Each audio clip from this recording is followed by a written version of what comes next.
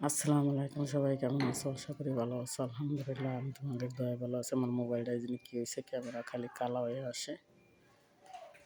রোজা আজকে 9টা যায়। আমি 2 মাস হলো প্রায় বাংলাদেশে আইছি, সৌদি আরব ছিলাম। আসলে একটা মেয়ে মানুষ কতটা অসহায়, কতটা কষ্টে থাকলেই সে আল্লাহর কাছে চলে যাইতে চায়।